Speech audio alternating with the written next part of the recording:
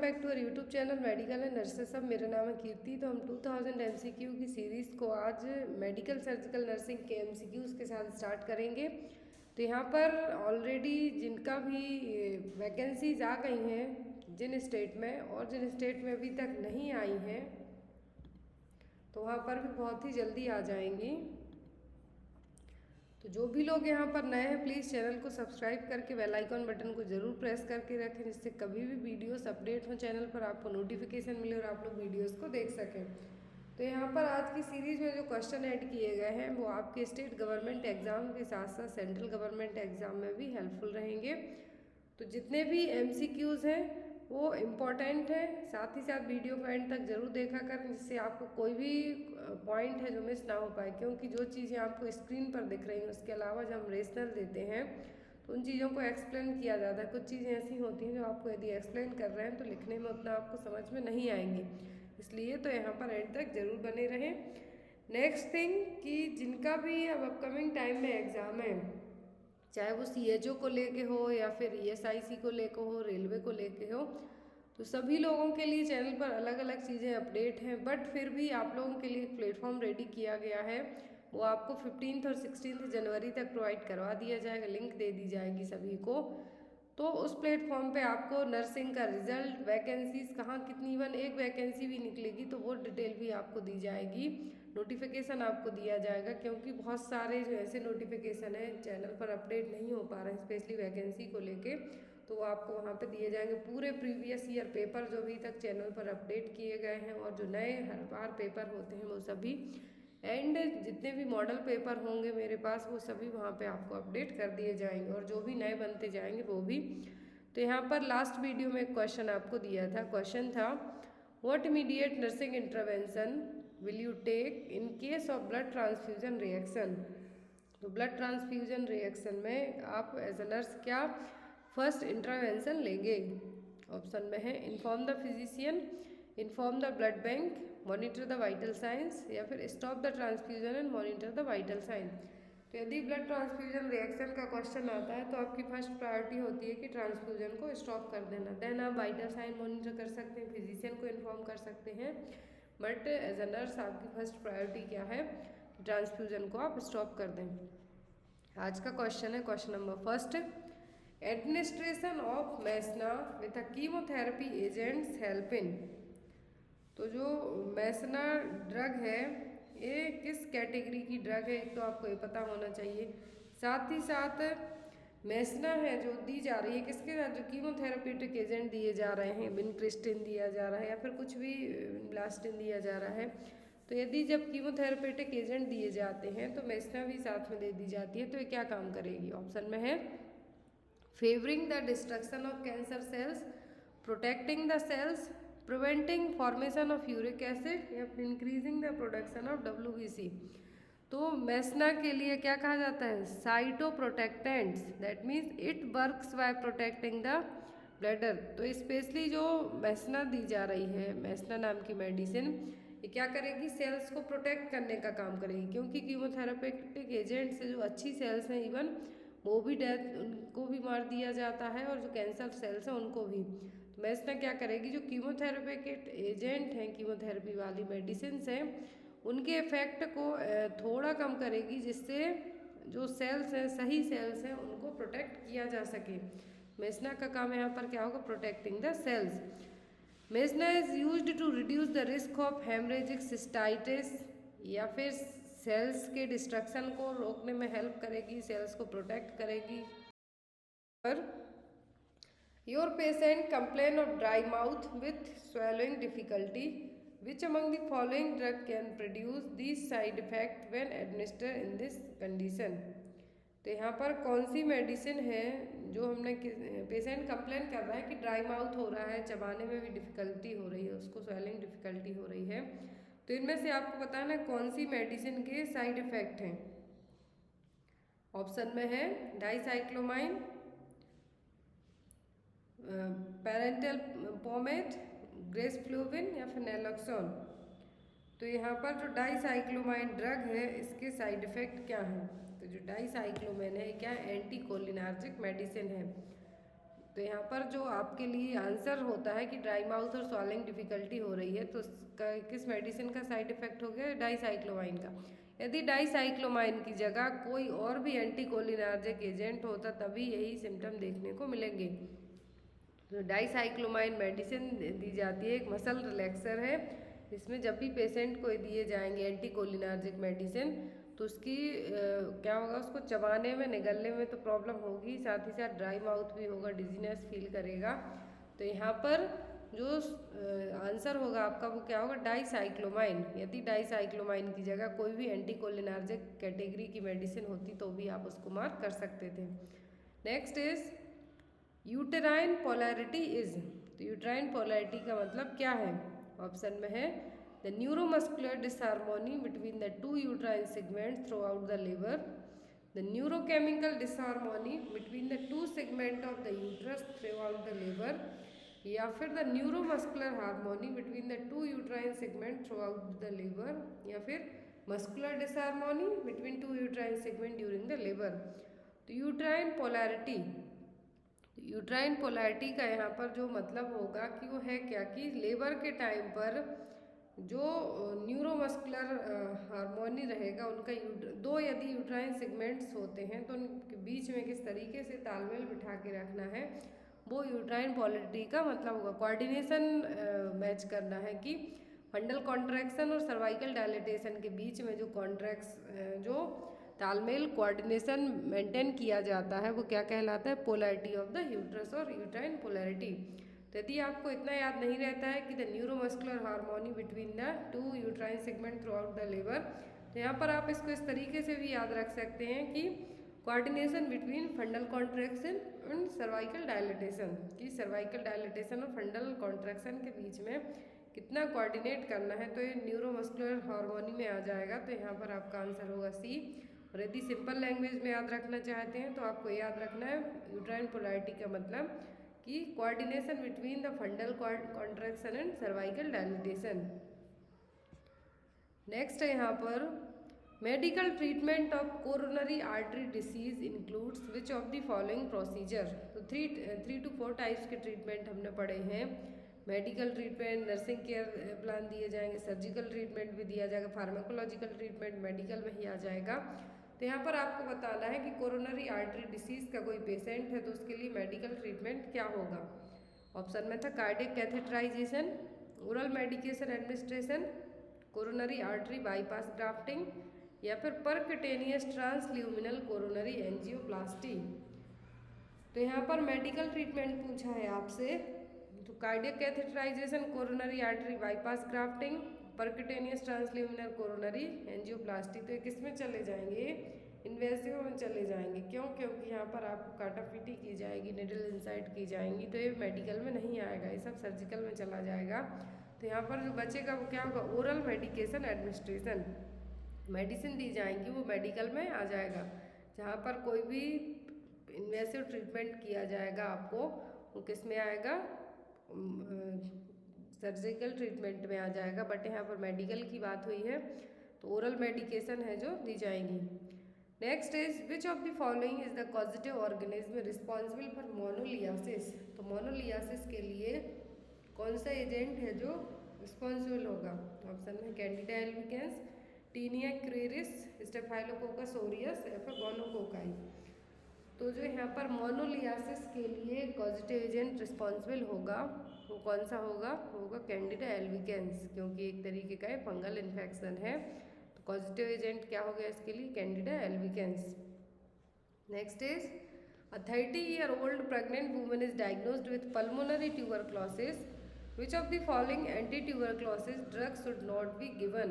यदि कोई 30 साल की लेडी को पल्मोनरी ट्यूबरक्लोसिस डायग्नोस हुई है तो उसके लिए कौन सी एंटी ट्यूबरकुलर ड्रग है जो नहीं दी जाएगी? ऑप्शन में आइसोनियाजिड, रिफाम्सिन, स्ट्रेप्टोमाइसिन, या फिर इथाम्ब्यूटोल। तो आपको ये क्वेश्चन आपने कई बार देखा होगा कि क्वेश्चन आता है कि कौन सी एंटी ट्यूबरकुलर ड्रग है जो प्रेगनेंसी में कॉन्ट्राइंडिकेट रहती है। तो सेम क्वेश्चन यहाँ पर भी है। तो पल्मोनरी ट्यूबरक्लोसिस हो या फिर कोई भी ट्यूबरक्लोसिस हो, स्पेशली प्रेगनेंसी में जो मेडिसिन अवॉइड नहीं दी जाती, कॉन्ट्राइंडिकेट होती है, वो स्ट्रेप्टोमाइसिन। क्यों? क्योंकि ये टेरेटोजेनेटिक मेडिसिन है जो कि प्लेसेंटा को क्रॉस करते हुए बेबी में है जो क्या करेगी, टेरेटोजेनिसिटी या फिर कोई भी कंजेनाइटल डिफेक्ट क्रिएट कर सकती है। तो इसीलिए प्रेगनेंसी में स्ट्रेप्टोमाइसिन है जो प्योरली कॉन्ट्राइंडिकेट मानी जाती है। तो यहाँ पर आपका आंसर क्या होगा? C. Next is a disorder of thought in which patient has a false and fixed belief that members of his family are trying to kill him। तो एक ऐसा डिसऑर्डर है, थॉट डिसऑर्डर है, जिसमें एक पर्सन को लगेगा, गलत बिलीफ है उसका एक तरीके का है कि उसके फैमिली मेम्बर्स उसको मानना चाहते हैं। ऑप्शन में delusion of persecution, delusion of grandeur, delusion nihilistic disorder है, फिर डिल्यूजन ऑफ गिल्ट। तो यहाँ पर किसी पर्सन को यदि ये फील होता है कि उसको कोई मारना चाहता है या फिर उसके खाने में किसी ने कुछ मिला दिया है, तो ये सब किस में आएंगे, किसके एग्जाम्पल हैं? डिल्यूजन ऑफ परसिक्यूशन के। डिल्यूजन ऑफ ग्रैंड्योर का मतलब होता है a person believe that they are someone other than who they are, मतलब कि उनको लगेगा कि उनके अंदर कोई सुपर नेचुरल पावर है। डिल्यूजन ऑफ ग्रैंड्योर का मतलब होता है कि पर्सन को फील होगा कि उसके अंदर भगवान है, वो कुछ भी कर सकता है। और यदि उसको लगता है कि उसके फैमिली मेम्बर ने उसको मारना चाह रहे हैं या फिर उसके खाने में जहर मिला दिया है, तो ये किस में आएगा? डिल्यूजन ऑफ परसिक्यूशन में। फिर आता है यहाँ पर आंसर होगा, वो क्या होगा? Delusion of persecution. नेक्स्ट है यहाँ पर कर्निक टेरस विच में occur as a complication of jaundice is a pathological condition of. तो कर्निक टेरस जो एक कंडीशन है, एक जॉइंटिस का ही कॉम्प्लिकेशन है, तो ये किस पार्ट को बॉडी के अफेक्ट करेगा? ऑप्शन में लिवर, ब्रेन, किडनी या फिर हार्ट। तो कर्निक टेरस जो कि ब्रेन डिसऑर्डर जो जॉइंटिस है उसका एक कॉम्प्लिकेशन हो जाता है, तो किस पार्ट को अफेक्ट करता है? तो जॉइंटिस में क्या होगा? ब्लूबिन का लेवल हाई हो जाता है। तो जब यही ब्लूबिन का लेवल हाई होकर ब्रेन तक पहुंच जाता है, जो कि ब्रेन सेल्स को डिस्ट्रक्ट करने की कोशिश करता है, बहुत ज़्यादा ऑक्यूमुलेट होना स्टार्ट हो जाएगा ब्रेन में, तब क्या पार्ट डैमेज होगा? ब्रेन। तो जॉइंटिस का जो कॉम्प्लिकेशन है कर्निक टेरस से किस पार्ट को अफेक्ट करता है? बॉडी के ब्रेन को। जॉइंटिस ओनली है तो लिवर को, बट यदि जॉइंटिस के कॉम्प्लिकेशन में कर्निक टेरस आता है तो कर्निक टेरस ब्रेन को अफेक्ट करेगा। Next is monsoon sign is characterized of advanced cases of. तो मानसून साइन है जो एक किसी डिसीज़ का एक एडवांस्ड साइन भी हो सकता है, या फिर कौन सा ऐसा केस है जिसमें मानसून साइन देखने को मिलेगा? ऑप्शन में केरेटोकोनस, कैटरैक्ट, स्ट्रैबिस्मस, डायबिटिक रेटिनोपैथी। तो जो मानसून साइन है ये एक एडवांस टाइप का केस है, रेयर केस में देखने को मिलता है, तो एक इसका है केरेटोकोनस का। देखिए तो मानसून साइन है, इसमें यहाँ पे आप देख सकते हैं लोअर आईलिड को जब आप नीचे की तरफ देखेंगे तो ये भी शेप्ड में देखने को मिलेगी। कौन शेप में? कौन शेप भी कह सकते हैं, भी शेप भी कह सकते हैं, इस तरीके से आपको ये देखिए इमेज में। तो यहाँ पर मानसून साइन है जब भी shaped indentation observed in the lower eyelid in the patient's gaze is directed downward. जब पेशेंट नीचे की तरफ देखेगा तो उसकी आईलिड्स भी कैसी हो जाएंगी? डाउन। जो शेप बनता है वहाँ पर वो वी शेप हो जाएगा या फिर कौन शेप हो जाएगा? तो क्या कहलाएगा? Monsoon sign. Next is rose Bengal test is used in the diagnosis of. जो रोज बेंगल टेस्ट है किसको डायग्नोस करने के लिए किया जाता है? ब्रूसेलोसिस, बायसिनोसिस, वूफिंग कफ या फिर ब्रोंकियोप्टेसिस के लिए। तो जो यहाँ पर टेस्ट किया जाता है रोज बेंगल टेस्ट एक एग्लूटिनेशन टेस्ट है, ये ब्रूसेलोसिस को डायग्नोस करने के लिए किया जाता है। ब्रूसेलोसिस एक इन्फेक्शन है जो कि एनिमल्स टू पीपल में फैलता है, स्पेशली जो डेयरी प्रोडक्ट होते हैं, अनपास्चराइज्ड डेयरी प्रोडक्ट होते हैं, मिल्क हो गया, कर्ड हो गया, इन सभी से होगा। तो ब्रूसेलोसिस के लिए डायग्नोस करने के लिए जो टेस्ट होता है वो क्या है? Rose Bengal test. Which is the following neurotransmitter is deficient in depression. तो डिप्रेशन में कौन सा न्यूरोट्रांसमीटर है जो डेफिशिएंट होगा, मतलब कि उसकी कमी होगी? ऑप्शन में only serotonin, only 5-HT, GABA या फिर both. Option A and B means serotonin and 5-HT। तो डिप्रेशन में मेनली सीरोटोनिन का लेवल क्या हो जाता है? बहुत ही डाउन हो जाता है, बट इसके साथ साथ 5-HT का लेवल भी कम होता है। तो यहाँ पर आपका जो आंसर आएगा वो क्या होगा? D, option both A and B, मतलब कि सीरोटोनिन भी कम होगा और 5-HT भी कम होगा, तो इसीलिए आपका आंसर क्या होगा, D. Next is a patient receiving IV fluids develop warm tenderness, erythema and pain in the side. The nurse suspects which of the following. तो यदि किसी पेशेंट को क्या हो रहा है, IV फ्लूइड देने के बाद टेंडरनेस फील हो रही, वार्म टेंडरनेस, इरिथमा फील हो रहा है, पेन हो रहा है जहाँ पर भी जो IV फ्लूइड दिया गया है, तो ये क्या है, कौन किसका साइन है, फ्लूइड ओवरलोड का, सेप्सिस का, फ्लेवाइटिस का या फिर इन्फिल्ट्रेशन का। तो जो यहाँ पर साइन है ये किसका साइन है, ये है फ्लेवाइटिस का, जो वेंस है वहाँ पर इन्फेक्शन इन्फ्लामेशन हो रहा है, तो इसका साइन है कि वार्म टेंडरनेस हो रही, इरिथमा हो रहा है, पेन भी हो रहा है, तो कहाँ के लिए, फ्लेवाइटिस के लिए। Next is station in obstetric pelvis is related to. तो पेल्विस, ऑब्स्ट्रेटिक पेल्विस में स्टेशन का मतलब क्या है, iliac spine, ischial spine, coccyx या फिर इलियम स्पाइन। तो ऑब्स्ट्रेटिक पेल्विस में, जो कि गायनेकॉइड पेल्विस है, उसमें स्टेशन का मतलब होता है इस्चियल स्पाइन।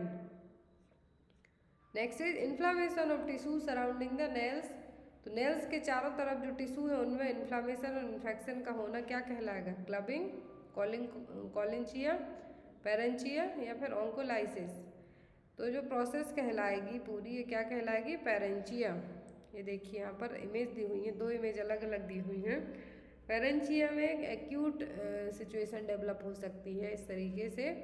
आपको इमेज भी आती है एग्जाम में कि ये किसके लिए, स्पून नेल्स पूछते हैं तो कॉलेंचिया, इसमें नेल्स देखिए आप स्पून जैसे आपको देखने को मिल रहा है। कॉलेंचिया को और क्या कहा जाता है, स्पून नेल्स। पेरेंचिया में क्या होगा कि जो नेल्स है उसके चारों तरफ इन्फेक्शन होगा, पस फॉर्मेशन होगा। Next is name the neurological disorder characterized by the loss of the ability to execute or carry out skill movement and gesture despite having the desires and the physical ability to perform them। तो ऐसा कौन सा neurological disorder है आपको बताना है कि person के जो मूवमेंट्स हैं, गेस्चर है, वो क्या हो जाएगा, वो अपना सब कुछ अच्छे से परफॉर्म नहीं कर पाएगा, तो क्या कहलाएगा। ऑप्शन में है यहाँ पर एनहेडोनिया, एप्रेक्सिया, अपैथी या फिर एमनेसिया। तो यहाँ पर पर्सन अपना जो गेस्चर्स है, मूवमेंट है, वो परफॉर्म नहीं कर पा रहा है, तो ये क्या है, ये एप्रेक्सिया। क्या है, एप्रेक्सिया। एनेडोनिया का मतलब है inability to feel pleasure in normally pleasurable activity. That means कि आप खुश हैं लेकिन अपनी खुशी जाहिर नहीं कर पा रहे हैं, तो एनेडोनिया का मतलब हो जाएगा। एमनेसिया का मतलब होता है short term memory loss. And यहाँ पर है अपैथी। तो अपैथी का मतलब है यहाँ पर अपैथी, जो कि जनरली आप एक तरीके से इसमें लो, आप किसी भी चीज़ में इंटरेस्टेड ही नहीं है, आपका मन ही नहीं लग रहा कहीं पर भी, तो किस में आ जाएगा, अपैथी में। तो यहाँ पर एनहेडोनिया में आप अपनी जो फीलिंग है वो खुशी की बात है तो खुश हो ही नहीं पा रहे हैं। अपैथी में आप चाहते हैं बट अपना जो इंटरेस्ट है वो वहाँ उस चीज़ में हो ही नहीं रहा। आपका एप्रेक्सिया में आपका जो गेस्चर्स है वो प्रॉपर नहीं हो पा रहा। एमनेसिया में आपको भूलने की प्रॉब्लम है। तो ये सभी क्या हो गए, अलग अलग प्रॉब्लम्स हो गई। तो जो यहाँ पर न्यूरोलॉजिकल डिसऑर्डर पूछा है जिसमें गेस्चर्स, मूवमेंट, ये सभी अफेक्ट हो रहे हैं, तो क्या है, apraxia. Next is the heat regulatory centre of the body is located at. तो हीट रेगुलेटरी सेंटर कहाँ पर होता है बॉडी में, ऑप्शन है medulla oblongata, thalamus, limbic system या फिर हाइपोथैलेमस। तो हीट रेगुलेटरी सिस्टम होता है बॉडी में, कहाँ पर होता है, हाइपोथैलेमस में। Next is the nurse administer ear drop to a 7-year-old child, how does the nurse pull the patient's ear. यदि आप 7 साल के बच्चे में क्या कर रहे हैं, medicine administer, ear drop administer कर रहे हैं, तो आप मेडिसिन यदि डालते हैं उसके कान में, ईयर ड्रॉप इंस्टिल करते हैं, तो किस तरीके से आप उसके पिन्ना को खींचेंगे। ऑप्शन में outwards, backwards, upward and backward या फिर बैकवर्ड एंड डाउनवर्ड। तो यहाँ पर 7 साल का बच्चा है तो आप उसके लिए किस तरीके से पिन्ना को पुल करेंगे। तो यहाँ पर जो आपका आंसर होगा वो क्या होगा, अपवर्ड एंड बैकवर्ड। पहले ऊपर की तरफ फिर पीछे की तरफ। 7 साल के बच्चे में आप इसी तरीके से मेडिसिन इंस्टिल करेंगे। और यदि एडल्ट्स में पूछते हैं तो बैकवर्ड एंड डाउनवर्ड होगा, बट यहाँ पर बच्चे में पूछा है तो कैसा होगा, upward and backward. Next is which of the following is not isotonic fluid. तो इनमें से आइसोटोनिक फ्लूइड कौन सा नहीं है? ऑप्शन में 0.9% RL, डेक्सट्रोज 5% इन वाटर, या फिर डेक्सट्रोज 5% इन नॉर्मल सलाइन। तो जो आइसोटोनिक फ्लूइड नहीं है वो कौन सा है? तो वो dextrose 5% in normal saline. Next question है यहाँ पर, Meniere's disease is related to. इसके साइन एग्जाम में आते हैं जनरली। यहाँ पर डायरेक्ट है कि मैनर्स डिसीज किस पार्ट से रिलेट करेगी, ईयर से, आई से, रेस्पिरेटरी सिस्टम से, या फिर डाइजेस्टिव सिस्टम से। तो मैनर्स डिसीज है किस पार्ट से रिलेट करेगी, ईयर से। तो यहाँ पर आपका आंसर क्या होगा, ईयर। तो इनर ईयर में जनरली क्या होता है, जब भी इनर ईयर में कुछ भी फ्लूइड अक्यूमुलेट होने लगेगा तब वहाँ पर अफेक्ट होगा। जब इनर ईयर अफेक्ट होगा तो इनर ईयर अफेक्ट होने के कारण आपको डिजीनेस फील होगी, जिसको वर्टिगो कहेंगे हम, हियरिंग लॉस होगा, टिनिटस होगा, रिंगिंग साउंड सुनाई देंगे आपको कान में। और जनरली यंग एज, साथ ही साथ एडल्ट और मिडिल एज में भी अफेक्ट करती है प्रॉब्लम। मैनर्स डिसीज का साइन एग्जाम में आते हैं डिजीनेस, वर्टिगो, टिनिटस और hearing loss. Next is the space between arachnoid and pia mater is called. तो ब्रेन की लेयर होती हैं जो 3 लेयर होती हैं, तो यहाँ पर जो स्पेस है आर्केनॉइड और पायामेटर के बीच का है क्या कहलाएगा, एपिड्यूरल, सबड्यूरल, सब आर्केनॉइड, या फिर एक्स्ट्राड्यूरल। तो जो आर्केनॉइड लेयर और पायामेटर के बीच का स्पेस है क्या कहलाएगा, सब आर्केनॉइड। 3 लेयर होती हैं, जो मैनिंग्स है ब्रेन की और स्पाइनल कॉर्ड की कवरिंग लेयर होती है उसको क्या कहते हैं, मैनिंग्स। इसकी 3 लेयर होती हैं। Inner layer is the pia mater, middle is arachnoid and web like structure की रहेगी जो कि, और सबसे टफ और आउटर लेयर क्या होती है, ड्यूरामेटर। तो यहाँ पर आपका जो आंसर होगा वो क्या होगा, सब आर्केनॉइड, जो कि स्पेस है आर्केनॉइड और पायामेटर के बीच का। Next is according to Freud which component of personality operates according to the reality principle. तो फ्रूट के अकॉर्डिंग आपको बताना है कि रियलिटी प्रिंसिपल पर कौन सा पर्सनालिटी है जो काम करेगी, आईडी, ईगो, सुपर ईगो, या फिर ट्रस्ट। तो रियलिटी प्रिंसिपल पर जो काम करेगा वो होगा आपका ईगो। नेक्स्ट क्वेश्चन है यहाँ पर, what is not a cause of APH, antepartum haemorrhage का कॉज कौन सा नहीं है। तो एंटीपार्टम हेमरेज का मतलब होता है कि आफ्टर 24 वीक्स की और 21 वीक्स की प्रेगनेंसी के बाद जो वेजाइनल ब्लीडिंग होने लगती है वो कहलाता है एंटीपार्टम हेमरेज। तो किसी न किसी रीजन के कारण होगा, बट बिफोर द डिलीवरी, ये भी आपको याद रखना है, बेबी डिलीवर होने के पहले, बट जो जेस्टेशनल पीरियड है वो कंप्लीट नहीं हुआ है और उसके पहले जब वेजाइनल ब्लीडिंग होने लगे तो कहलाता है एंटीपार्टम हेमरेज। कौन सा कॉज नहीं है, तो ऑप्शन में placenta praevia, cord presentation, abruptio placenta, या फिर रप्चर ऑफ द यूट्रस। तो यहाँ पर नहीं है, तो सबसे जो मोस्ट कॉमन कॉज होता है एपीएच का वो होता है प्लेसेंटा एसेटा, प्लेसेंटा प्रीविया, एब्रप्टो प्लेसेंटा, ये सभी रीजन है। बट जो नहीं है तो क्या है, cord presentation. Cord presentation antepartum haemorrhage का रीजन नहीं है। Next is cord clamping is delayed by 1 to 3 minute in neonate because. यदि हम न्यूनेट डिलीवर हुआ है बेबी तो उसके बाद कॉर्ड क्लैंपिंग यदि 1 से 3 मिनट के बाद करते हैं तो इससे क्या होगा, prevents anaemia in women, placenta separates easily, prevents jaundice in neonates, neonate get cord blood. तो यदि कॉर्ड क्लैंपिंग करते हैं हम 1 से 3 मिनट लेट करते हैं तो जो कॉर्ड क्लैंपिंग करते हैं 1 से 3 मिनट तक, उसके बाद करेंगे तो क्या होगा, जो ब्लड रहेगा कॉर्ड में, अम्बिलिकल कॉर्ड में, वो ब्लड बेबी को मिल जाएगा। बेबी को हम किससे प्रिवेंट कर सकते हैं, एनीमिया से। इसीलिए आपका आंसर क्या होगा, neonate gets the cord blood.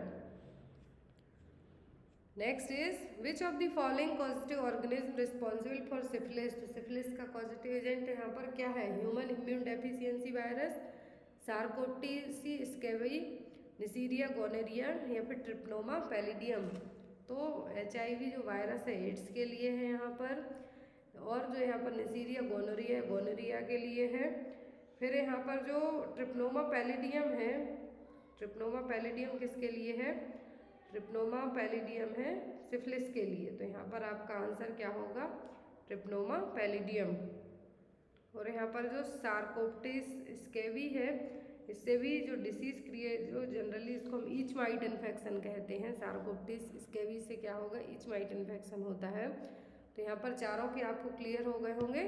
Ads के लिए HIV, सार्कोप्टिस स्केवी किसके लिए, ईच माइट इन्फेक्शन है एक तरीके का, जो कि ऑर्थ्रोपोड फैमिली के, ये सब आपको उतना याद नहीं रखना, बट किसके कारण होता है, क्या ट्रीटमेंट एग्जाम में आता है, निसीरिया गोनेरिया और ट्रिप्नोमा पैलिडियम। तो HIV और जो यहाँ पर गोनोरिया और सिफिलिस सभी सेक्सुअली ट्रांसमिटेड डिसीज़ हैं, ये भी आपको याद रखना है। तो इन चारों के आपको ऑप्शन के अलावा इनसे कौन सी डिसीज़ होती है सभी चीज़ें पता होगी। नेक्स्ट है यहाँ पर warning sign of lungs cancer includes persistence cough, blood sputum, dyspnoea and which of the following symptom. तो यदि किसी को लंग कैंसर के वार्निंग साइन है जिनमें परसिस्टेंट कफ है, ब्लड स्पुटम के साथ ब्लड आ रहा है, डिस्निया है, सांस लेने में दिक्कत हो रही है, और कौन से सिम्टम होंगे, ऑप्शन में डिजीनेस, जनरलाइज्ड वीकनेस, हाइपोटेंशन, या फिर रिकरेंट प्लूरल इफ्यूजन। तो यहाँ पर जो परसिस्टेंट कफ हो रही है, ब्लड आ रहा है स्पुटम के साथ, डिस्निया भी है, आपको सांस लेने में दिक्कत भी हो रही है, और साथ में क्या होगा वार्निंग साइन के तौर पर, तो वो होगा रिकरेंट प्लूरल इफ्यूजन, बार बार क्या होना, प्लूरल इफ्यूजन का होना। नेक्स्ट है यहाँ पर at the time of diagnosis of Hawking lymphoma which of the following area is often involved. तो जो लिम्फोमा की कंडीशन होती है, तो जहाँ पर भी लिम्फ नोड्स होते हैं ज़्यादातर, वहीं पर ये अफेक्ट करेगा। तो हॉकिंग लिम्फोमा हम यदि डायग्नोज करते हैं तो किस एरिया को सबसे ज़्यादा इन्वॉल्व करेगा, बैक को, नेक को, चेस्ट को, या फिर ग्रोइन एरिया को। तो सबसे ज़्यादा जो अफेक्ट करता है नेक और ग्रोइन एरिया को करेगा, बट यहाँ पर हॉकिन लिम्फोमा को पूछा है, तो जहाँ पर भी सबसे ज़्यादा लिम्फ नोड्स रहेंगे, नेक में सबसे ज़्यादा लिम्फ नोड्स होते हैं, तो ये नेक को सबसे ज़्यादा अफेक्ट करेगा। Next is which of the following is a malignant tumour of the connective tissue. तो कनेक्टिव टिश्यू का जो यहाँ पर मैलिग्नेंट ट्यूमर है वो कौन सा है, ऑप्शन में है यहाँ पर सार्कोमा, कार्सिनोमा, ऑस्टियोमा, या फिर ग्लूकोमा। तो जो कनेक्टिव टिश्यू का कैंसर है और मैलिग्नेंट ट्यूमर है, ये कौन सा है, तो है सार्कोमा। कार्सिनो का मतलब है कि कैंसर कहाँ पर हो रहा है, एपिथेलियल टिश्यू में। यदि एपिथेलियल टिश्यू का पूछते तो कार्सिनोमा, और यदि यहाँ पर कनेक्टिव टिश्यू का पूछा है तो सार्कोमा। फिर आता है ऑस्टियोमा। तो ऑस्टियोमा कहाँ पर होने वाला कैंसर है, तो जो भी बोन्स की सेल्स होती हैं उनमें होने वाला कैंसर। या फिर ये कह सकते हैं कि new piece of bone usually growing on another piece of bone, एक बोन के साथ दूसरी बोन का ओरिजिनेट होना, एक तरीके से हम इसको मैलिग्नेंट ग्लूकोमा आई डिसऑर्डर है। Next is which of the following is suggested surgical intervention for cancer of prostate. तो कैंसर ऑफ प्रोस्टेट के लिए, प्रोस्टेट कैंसर के लिए कौन सा सर्जिकल इंटरवेंशन सजेस्ट किया जाएगा, radial prostatectomy, bilateral orchiectomy, transurethral resection of prostate, या फिर transurethral resection of bladder tumour. तो कैंसर के लिए, कैंसर ऑफ प्रोस्टेट के लिए जो इंटरवेंशन होगा वो क्या होगा, रेडियल प्रोस्टेक्टोमी। जैसे फीमेल में सबसे ज़्यादा कैंसर होने के चांसेस किसके होते हैं, ब्रेस्ट कैंसर और सर्वाइकल कैंसर के, में से ही मेल्स में सबसे ज़्यादा चांसेस होते हैं प्रोस्टेट कैंसर होने के। तो यहाँ पर आपको जो सर्जिकल इंटरवेंशन बताया जाएगा वो क्या होगा, रेडियल प्रोस्टेक्टोमी। एक क्वेश्चन, इसका आंसर आप लोगों को कमेंट बॉक्स में देना है लास्ट में। विच assessment indicate the nurse about development of cardiogenic shock in MI patient in ICU। That means एक पर्सन को MI है, मायोकार्डियल इंफार्क्शन है, उसके साथ ही साथ वो ICU में एडमिट भी है, तो उसमें यदि कार्डियोजेनिक शॉक डेवलप होता है तो कौन से साइन देखने को मिलेंगे, ऑप्शन में bradycardia, increased blood pressure, oliguria, या फिर वार्म एंड फ्लश्ड स्किन। इसका आंसर आप लोग कमेंट बॉक्स में बताना। नेक्स्ट वीडियो होगा उसमें इसका आंसर आपको बताया जाएगा। सो आई होप आपकी क्लास, आज की क्लास आपको अच्छी लगी हो। So thank you for watching us, bye bye.